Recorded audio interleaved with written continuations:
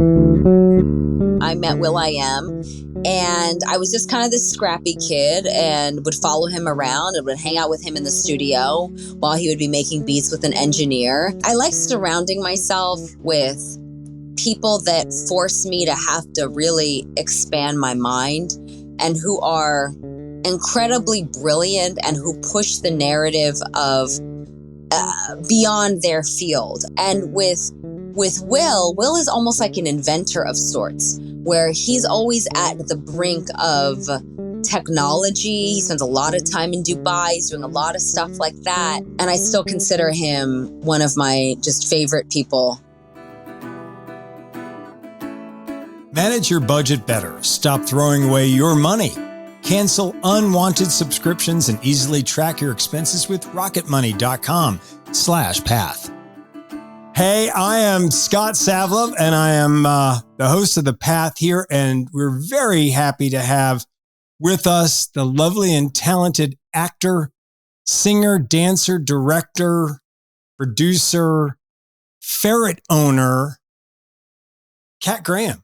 I'm intrigued because your beginnings are, as I would say, scrappy. No, you're just, when you do due diligence on someone, you do like a show like this where you're kind of asking people about their background and your journey.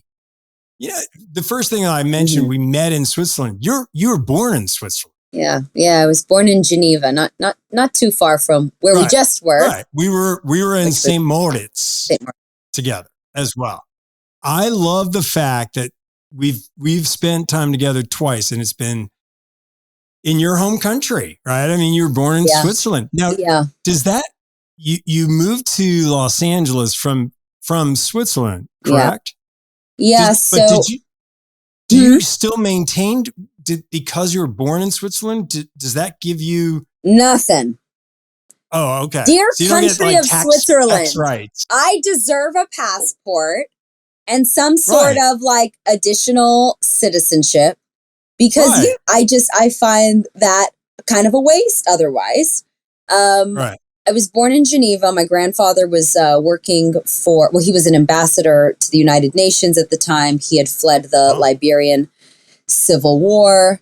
And from there, my father went to go work for him as a journalist, brought my mother along. This is kind of post his jazz career as a jazz musician and executive. And I was born there. And how old were you when you moved to Los Angeles? Like 5 or 6 or 4. So do you have like Geneva memories? I totally do. Wow. Not a lot. But my dad has also shown me some home movies, so it's helped kind of remember where I came from. But yeah, I have a different special connection to Geneva now, because I still work with the UN, and it's kind of a bit of a coincidence. No one from my family had ever connected me with the UN. My mom had just cold called one day around like in the early 2010s for me to go in and work with the refugee agency. And they brought me in, and I was basically a high profile supporter for about 10 years before becoming a Goodwill ambassador. So Geneva still is a very special place for me. Wow. That's, it's like full circle, right? I mean, tell me about your dad, when you mentioned jazz, what element of jazz? And the reason I ask is I mentioned musician in descriptive of you as well. Obviously, you have a part of you that's creative and musical. What element of jazz was your dad in? He was he played the sax, and he also could play a bit of the piano, and he was a label executive, label called Spectrum Records. Yeah, so I didn't really know he did music until after I started doing music. I hadn't quite kind of put the two together, and I pretty much continued my journey, other than like a couple moments as a teenager that I would spend summers with him. I pretty much had my journey as an artist with my mom. She was a single mom and raised me in Los Angeles. Up until I was a teenager, I was raised in my grandmother's house in West LA. And then we moved to Hollywood and the Valley when my grandmother moved back to Arizona. And I was just, raised in we lived in these really tiny apartments in Hollywood. And I would go and skateboard to my auditions because I couldn't afford a car. So that was kind of my journey. Yeah. Well, now again, that's just a unique thing. I skateboarded to my auditions. Now that's just, you don't hear that every day. No, and I don't really talk about like my little skater girl background. It was kind of the same time I was like making a lot of beats in my bedroom. Well, my mom's bedroom.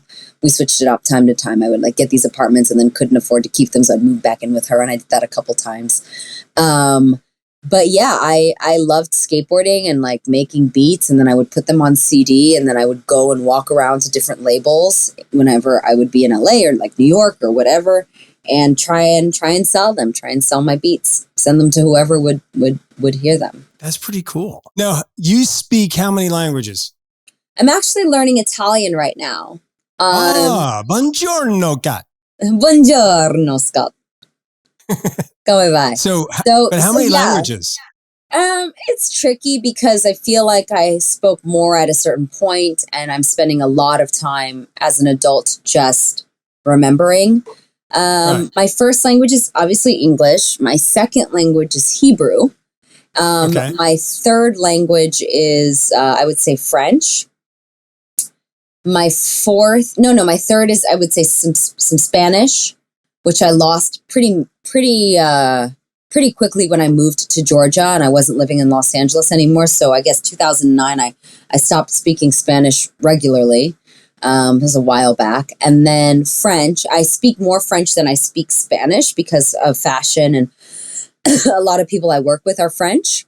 Right. And now I'm learning Italian. So it's one of those things where I try and keep up with it, but usually I just have a rule that whenever I'm in a specific country, I won't speak English, which is a bit torturous to the people that have to speak whatever broken language I'm speaking with them because I'm out of practice. Right. But they think it's. But that's funny. Super respectful. If you're like me and you constantly get billed for things you don't remember signing up for, start being more efficient by signing up for Rocket Money. I did. Rocket Money, formerly known as Truebill, is a personal finance app that finds and cancels your unwanted subscriptions, monitors your spending, and helps you lower your bills. All in one place. Pretty cool, right? I know I've forgotten about various subscriptions that I signed up for and didn't really want. Well, Rocket Money makes canceling subscriptions as easy as a click of a button. Simply find the subscription you don't want and press cancel, and Rocket Money will cancel it for you. No more long hold times with customer service.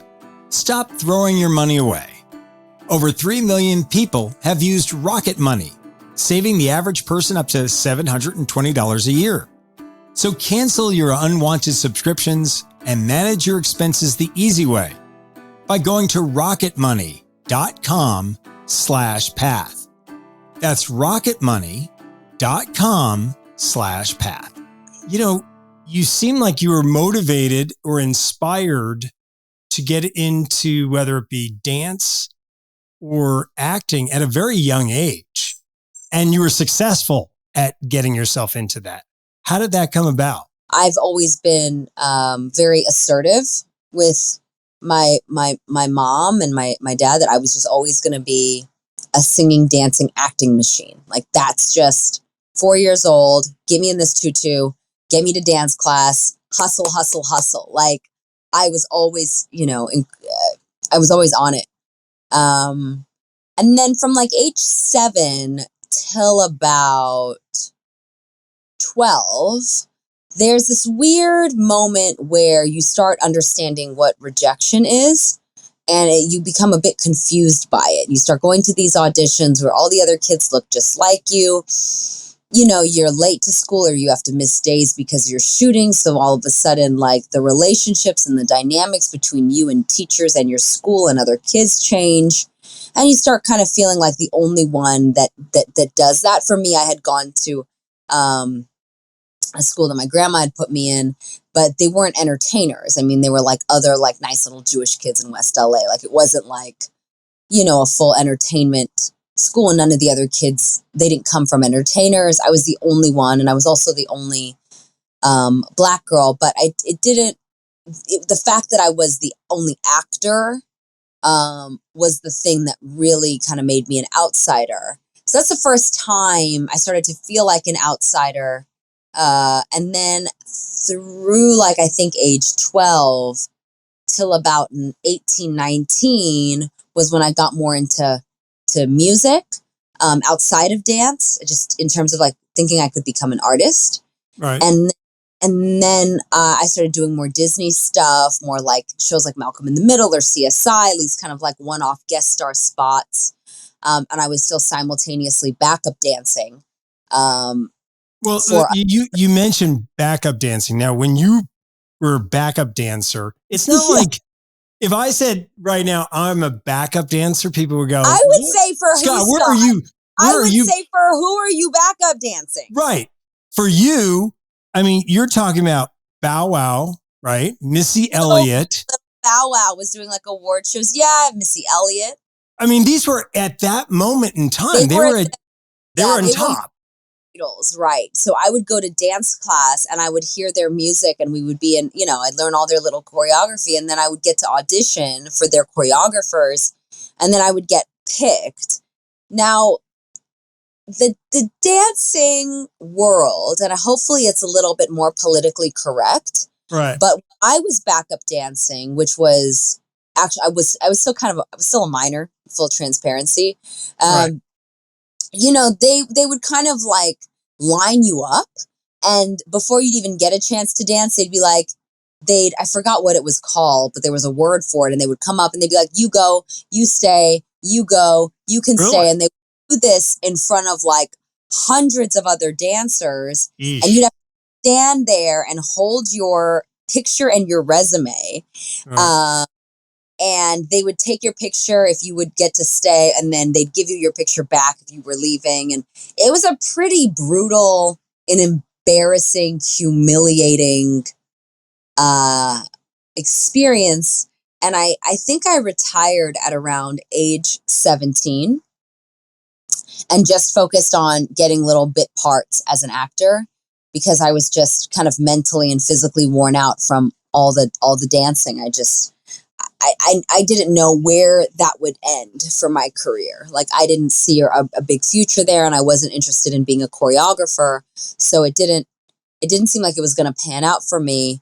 So I started doing more music stuff and kept making beats, and ended up meeting will.i.am, and he liked my beats, and he invited me to be on a couple records. Again, people have to realize in that time period, will.i.am and Black Eyed Peas were on top. They were the biggest of the biggest. So that was like Right. in 2006. I met will.i.am, and I was just kind of this scrappy kid, and would follow him around and would hang out with him in the studio while he would be making beats with an engineer. And I'd listen to his demos. I remember like I listened to his demo of My Humps, and I was like, this is garbage. Like he would just like kind of just let this kind of little shit hang out. And I was such a tomboy. I was still kind of making beats and skating around, and we did a couple records for his Songs About Girls album. One he added Snoop Dogg to later, called The Donkey Song. And the other one, which turned out to be his first single, was a song called I Got It From My Mama. And that actually went into a full world tour. And so we toured the world in 2007. I feel like we did a country a day, but maybe there was a day of travel in between. It was all a blur. It was all a very aggressive blur. And I still consider him one of my just favorite people, and we're still friends. Is that right? Yeah. I just saw him. It seems like a brilliant, if you had to say, brilliant tacticianer, producer, I would have to say will.i.am has to fit that billing, because he seems very contrived, and when he's working, everything sounds pretty good, pretty tight. I like surrounding myself with people that force me to have to really expand my mind and who are incredibly brilliant and who push the narrative of beyond their field of like Deepak Chopra pushes the field of quantum healing into, the changing how people understand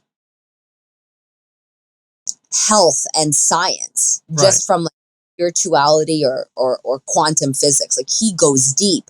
And with Will is almost like an inventor of sorts, where he's always at the brink of technology. He spends a lot of time in Dubai. He's doing a lot of stuff like that.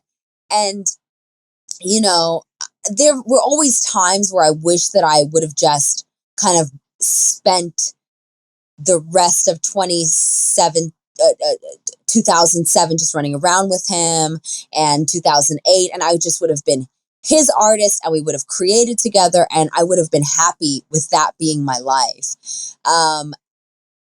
After that tour, there were a lot of changes internally with Black Eyed Peas, stuff around his album and his priorities. And I was kind of in a really frustrated place post that tour. And it didn't Right. make that much money. And I was back to auditioning and I was back to living in my mom's apartment.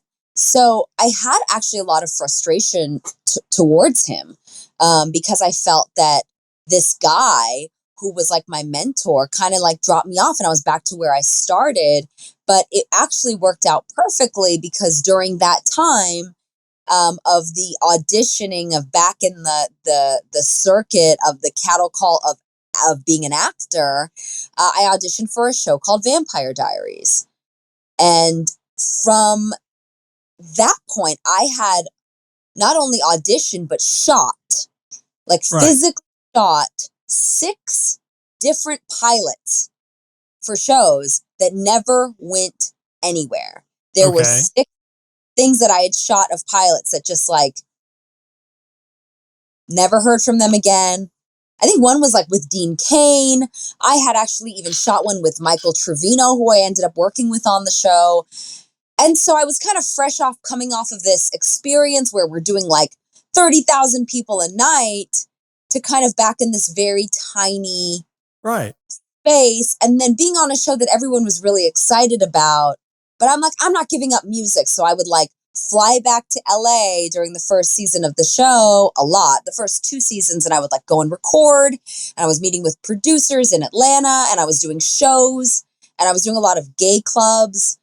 Those were like really the only clubs that would let me perform and had really loved my music because I was doing a lot of like pop at that point, still doing dancing, but using dancing as a way to support. Electronic music too, right? Yeah, like electronic, like dance. I wouldn't say electronic, like dance, super fun Dance dance tunes. Right. pop. Yeah. Yep. So I Yep. was doing that a lot and I was pretty weird. Like, not that I'm not weird now, Scott, like just, I know.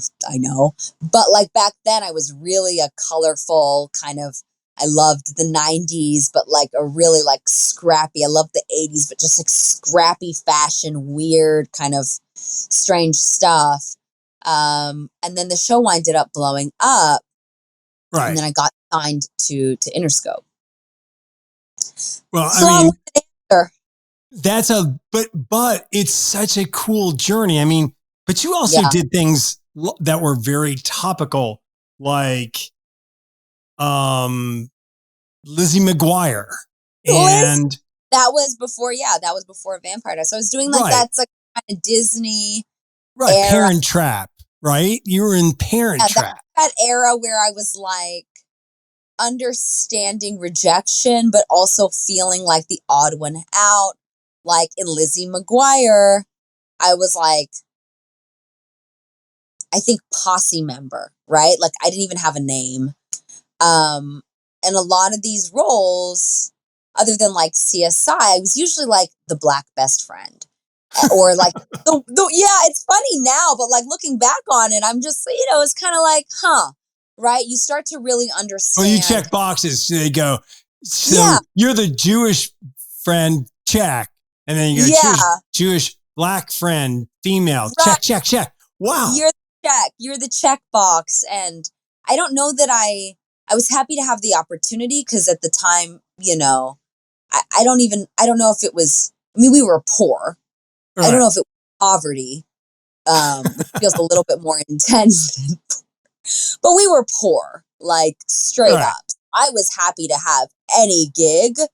especially after making a decision to focus more on my acting than just be some glorified extra dancing blurred out in a background of some music video like that. Like this was really great, right? And during that time I had some cool experiences dancing. I became a Fanta girl, which was super fun. Like those kind of those iconic moments. So I definitely paid my dues. I've done everything from the extra work to the stand-in. I was Right. Jennifer's body double in Johnson Family Vacation. Like there were so many moments where I'm just like, it's a paycheck. Vampire Diaries. I mean, you're talking about a large ensemble cast and you're Mm-hmm. on for a long run.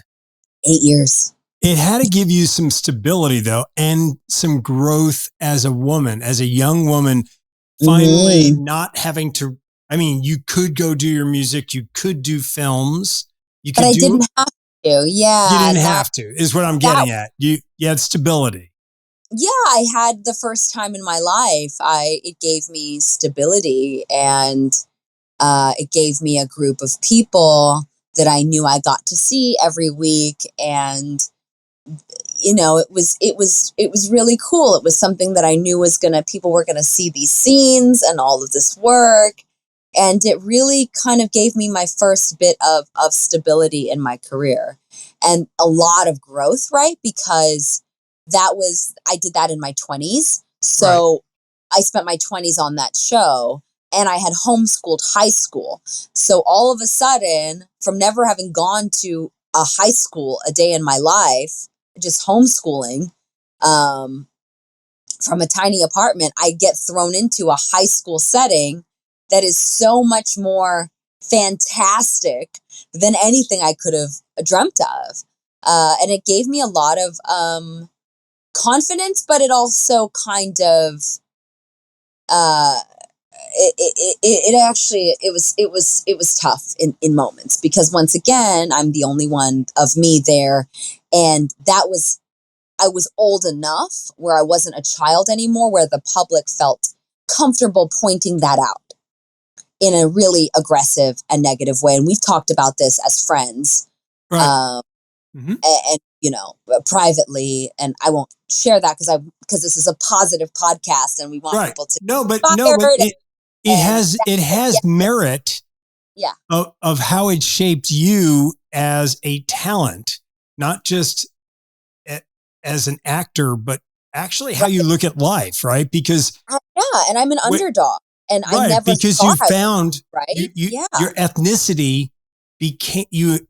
It sounds like, again, based on what you said a little earlier, you're at a school and you're kind of, your ethnicity is standing out. You're the only person of color in your school.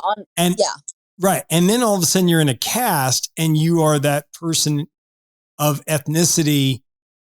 It it it can be challenging if you let it eat you alive. And then at the Right. same time, other people are taking shots at you saying, well, you haven't stood up for your grounds because you're accepting that role, but they're not in your shoes saying, this is giving me financial stability. One, two, it's giving me the ability to have a recurring role so I can actually have a base of doing whatever I want. So a lot of people look from the outside and always want to make those assumptions of people. They Yeah, they can't don't be in think your about shoes. the job. Like Right. you're hired and you're under a contract to do a job.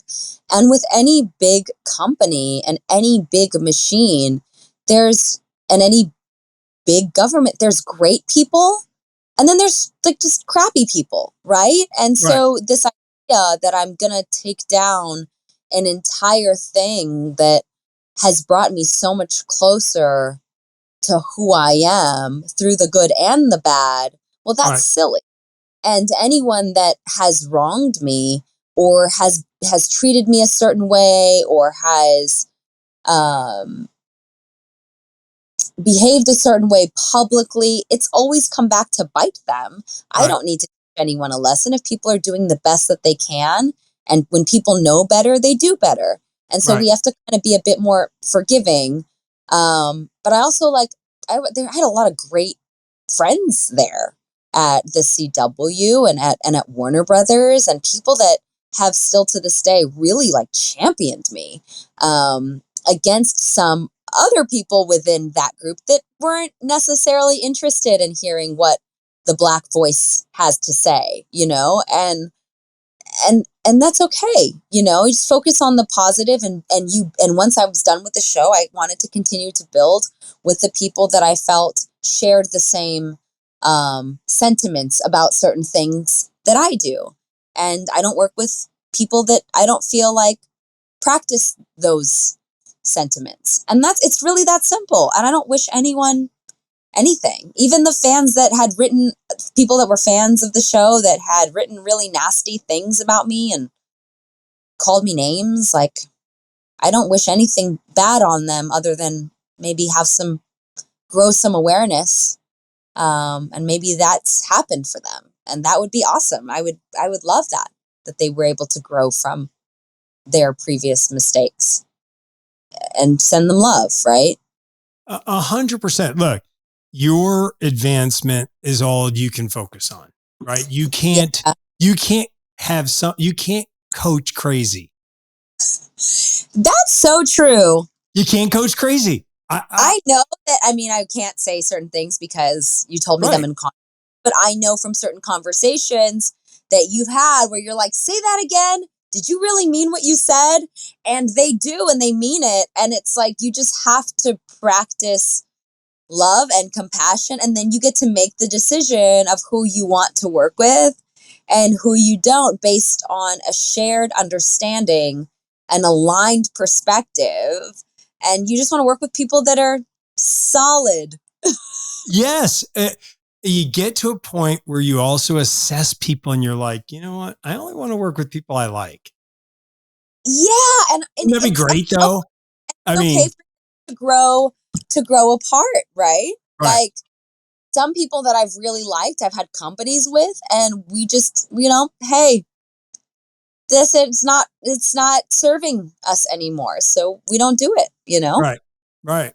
For you, your post Vampire Diaries, beyond doing fashion stuff, but you've re-engaged in a couple of areas. Your acting has Hmm. taken you to, even though you at your age, you've been doing this for such a sustained period. Like I said, Yeah, you're a young old soul.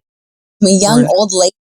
no, like a young person with an older soul, because you've been through so many different iterations of Cat and who you are, Yeah, and right. I'm getting into a new one too. So, But you also from did like rom-coms, yeah, and I wanted to do something because after the show ended, like, people kept sending me all of these projects that were like slasher, thriller, right, scary. I can't even tell you how many vampire things got sent to me, and I'm like, I don't think that doing another vampire show is a smart career move for me. And so I right. had to turn a lot of things down.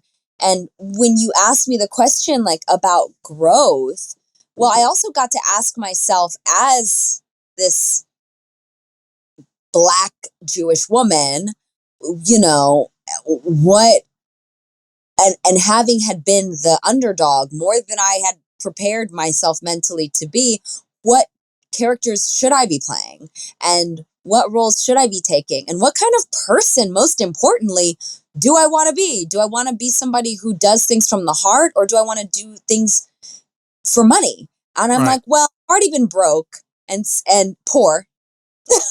So I'm not worried about that because I know what that feels like. And if it means that I have to be poor again to have some integrity and only do projects that elevate women or human rights or rights of people that are marginalized, whether you're Black or LGBTQ or like whatever that is, if that is my purpose, to tell stories of people that don't have a voice, and that's my mission, then that also has to go into my humanitarian work, that has to go into my films, that has to go into my TV, and everything that I do has to have the same kind of theme. And I get to embrace just being the underdog and understanding that I could use my now platform to help get those projects into, and some of them don't have to be necessarily like over the nose, I'm hitting you over the head with it. But some of the projects like Cutthroat City focused on what happened when Hurricane Katrina hit in the Ninth Ward, right? And telling that story and making sure that people understand that it's the community that got overlooked, and focusing on bringing awareness to that. Or if it's something sweet and I want to do something where we show a biracial family in a holiday rom-com, because at the time there wasn't one that had ever been made. Let's do something like Holiday Calendar, where it's not hitting people over the head with it, but it's also normalizing interracial families and relationships so that people get to see those. And it's not just, oh, I'm just doing some holiday movie because it's just a fun thing to do, even though I love them, and I had to kind of curb myself on them because I was just loving them so much because I'm such a sap. But just finding reasons to play certain characters that maybe don't get seen as much. And yeah, those decisions come out of 8 years of looking at what was happening to me and other young brown girls, and saying, okay, well, this is, I can maybe make a little change here, and maybe it'll have a ripple effect. If I do things from the right place, and I'm not doing it because I'm trying to like make somebody look bad from my past, or just doing it because I want to be like of service to God and the human race, right? Just trying to be somebody that offers something. Does that inspire you to do more music? And I say that from a cathartic Ish. I mean, I dropped 2 albums last year, and I'm like, all right, I don't really feel like making music right now. I definitely feel like performing it. Right. I'm in a very producer space right now. I think we talked about this. I've been like doing a lot, focusing on building projects and collaborating with some of my favorite people to build those things out. I'll always do music, just like I'll always dance. And hopefully the right project, or my dream project, is a project where all three can exist and merge as one. That's the real thing. But those projects for somebody my age are few and far in between, and good gigs when you can get them, and harder gigs when you can make them. So day by day. The intriguing thing, we recently were together in Switzerland. It was an amazing opportunity for us to just visit. But at the same time, you brought that flair firsthand. Now, I will make sure that I insert this photo into this, don't. But no, what I want to identify is that you went on a bobsled. Terrifying. Okay. Now, you just didn't go on a bobsled. You decided to wear what kind of shoes on this bobsled? First of all, I'm just saying, I'm pointing this out. Omega was kind enough to set this up. We have all this. You've got style. So what I'm trying to point out is your fashion, your style. You just don't show up. No, I don't just show up. I mean, when we decided to do your podcast, I'm like, well, you know what? Like, I'm at home, and I want to show people, like, I'm at home. I'm wearing my little white linen. I'm wearing my little thing. Like, I'm a very comfy at home person. Right. And hanging out with you, like, this is what I would wear if I was on your couch. So I don't want to be fake and show up in some ridiculous hat or something. But yeah, I have a bit of a performative style to me when I'm into fashion, and when I think of boots and snow. And we're also there with Omega, which is a very chic and luxurious company. I can't just be wearing my dirty Birkenstocks. Like, I need to be giving them. You don't own dirty Birkenstocks. I sure do. They're upstairs. They're disgusting. Your ferret was like chewing on it, right? No, well, they chew plenty of other things. Yeah, I can't Okay. leave. Okay. So let's get back. So what boots did you pick out? Because the likelihood of somebody picking these boots to ride on a bobsled going, I don't know, 40 miles an hour. Can I tell you my thought process? Okay. My thought process was they're saying that this bobsled, even Yeah. though it's the team, couldn't go with a better group of people, couldn't have been any safer of an opportunity. Was still going to go about 150 kilometers an hour. Like this Right. was fast. When I think of bobsleds, I think of Christmas movies and cute kids in their little wool hats That's your going down rom-com. like bunny slope, right? This was not that. This was not that. This This was is the real incredibly deal. fast. Right. This was the real deal. Did the idea of this possibly being the last thing that I ever do alive cross my mind? Absolutely. And if it was, I'm happy to die in my little Louis Vuitton boots There you go. and Omega gloves. The look and style can only be pulled off by one person, you. Where I would say to you, I have some friends that could absolutely like pull it off. Well, you do. I don't. My friends, look, I loved it. Now, you got out of the bobsled with style. You're wearing these boots. I'm not belaboring the point. It's just very, if I had to say, what's cat like? Other than, meow, meow, right? I don't think it would ever meow when describing me. It would be more like, "Ugh." Right. There you go. You are like the cat that's been in the mailbox. You open that mailbox. Let's go. Game on, baby. So game on. Game on. So you hop out of this, sipping champagne, and it's just, you have style. There's no shortage of style points for Kat. So whenever in our limited time, because we're never in the United States together, when I've seen you out and out about, it's with style and character. If you go to your Instagram, if you go to follow you, your style is your brand. And yeah. And I would say that post Vampire Diaries and doing rom-coms and doing fashion, your brand is just as critical in how you're advancing yourself and what you see in yourself to the next level. Would that be fair? Absolutely. And I think that's something that we talk about because you have consulted for some of the biggest brands and still do in the world. And I love picking your brain about all of that stuff because I ask you how you make your decisions, how you pick certain people, how you pick certain partners, how you decide how to have certain events. Because for me, I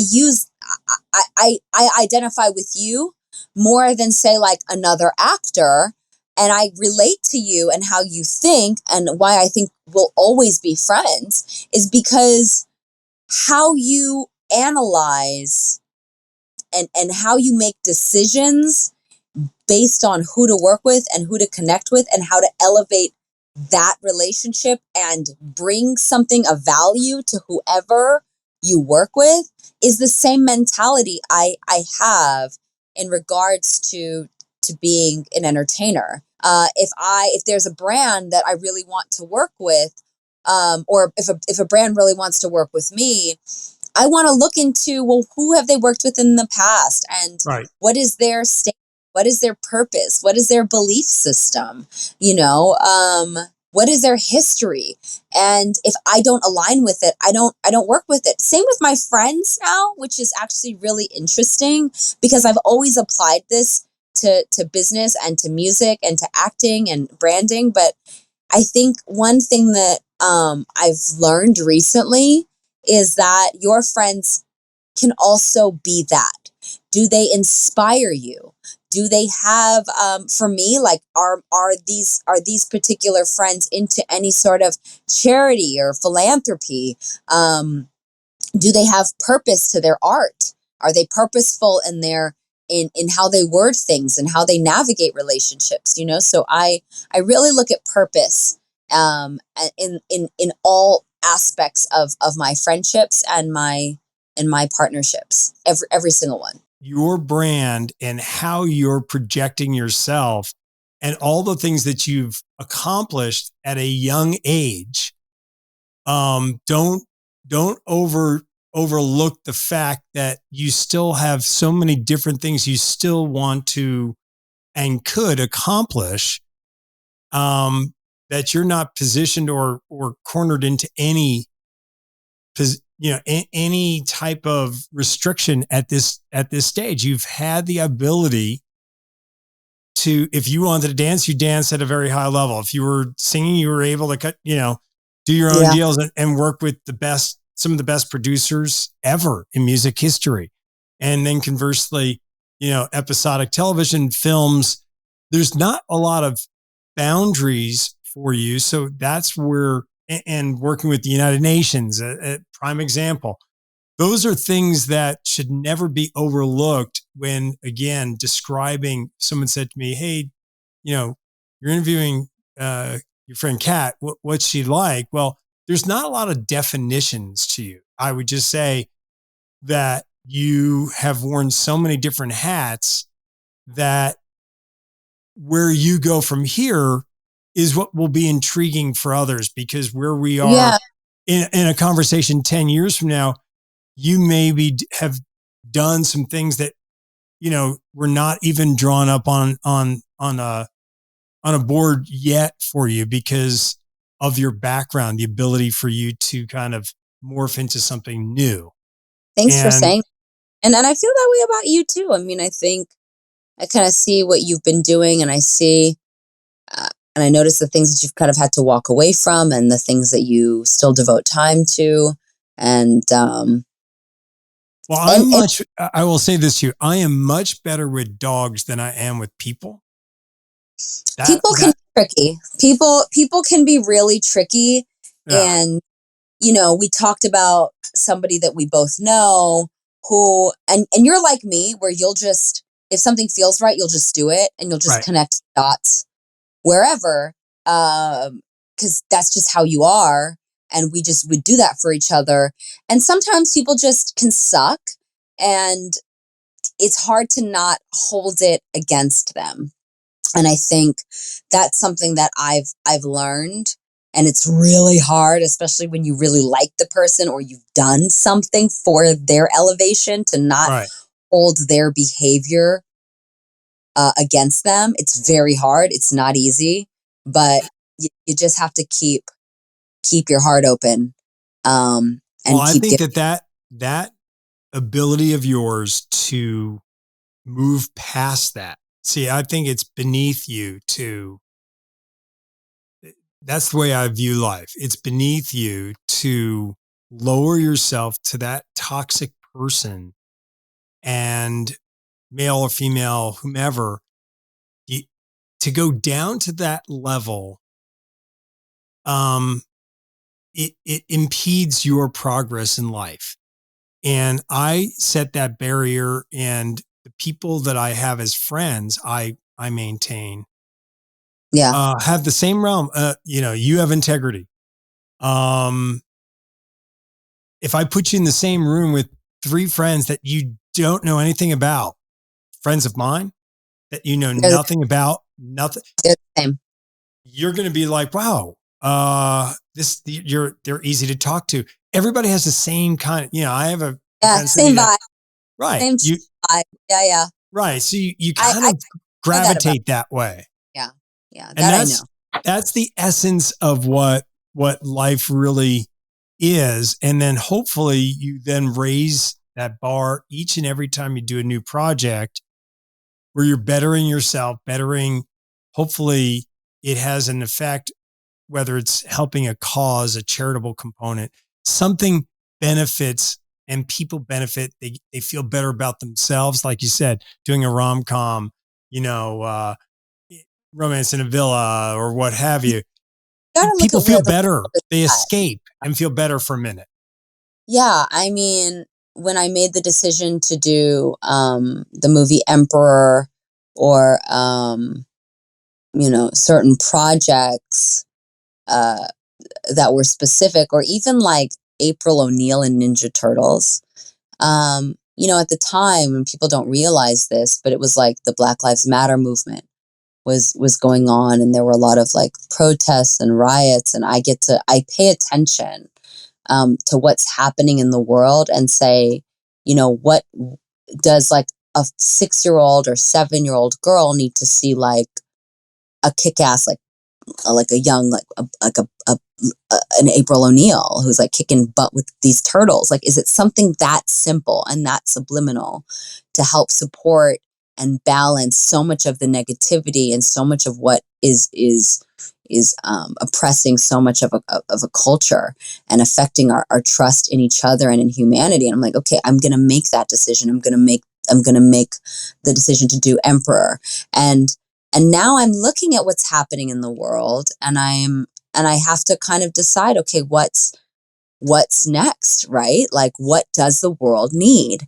Right. And I am trying to make those decisions based on whatever options I do have. And if I don't have those options, I'm going to make them. And I love your podcast, The Path Here, because I'm here now, right? And it's going to be interesting. What's next? Yeah, what's next? We're here now. Like, I've just finished this kind of chapter post kind of this very difficult, almost alienating time in my life. Like, are we going to be a more unified world, post all of these difficult moments and war and illness and all of these things? Like, or is it going to create more of a break? Like, and what's going to be interesting is seeing the projects that come out that are successful because of it. Like Avatar, I haven't seen Way of the Water yet, but I know that Jim Cameron focused a lot on what's happening with climate change and the world, and really kind of, because that is really important right now, and it's become incredibly successful. It's like you have to look at what's happening in the world and what they need and are feeling in their soul that they want to see. And then you get like your hit show or your hit movie or your hit song. Like, what does the world need to hear or see? And that's right. And that's how I've been operating. Well, I applaud it and support you, whatever you're going to do. I thank you for agreeing to come on my podcast to talk about yourself. We could have just had a FaceTime chat. I talk all the time anyways. We might as well film it. I love catching up with you. Your stuff is so inspiring, and also it brings a smile to my face because you'll say something and it just kind of triggers me to kind of like laugh and enjoy it. And I thank you. And as always, love visiting with you and just seeing your face. You're the best. The lovely Kat Graham has been on the path here. If you want more, make sure you follow her, especially on her Instagram at Kat Graham. You can find her. You can look at all of her stuff. Make sure that you support her, especially when she's doing her philanthropic and charitable elements. Yes. We need support at the UNHCR for sure. Exactly. So make sure you support any and all. And Kat, thank you so much. And we will check in and see you soon, I hope. Yes, I can't wait to see this. I'm so excited. Hey, thanks so much for listening to this week's show. You can subscribe wherever you get your podcasts.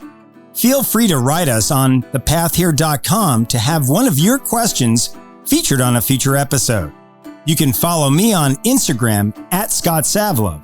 If you want to send us a tweet or follow us on Instagram, it's at The Path Here Podcast. Hey, I'm Scott Savlov, and you've been listening to The Path Here.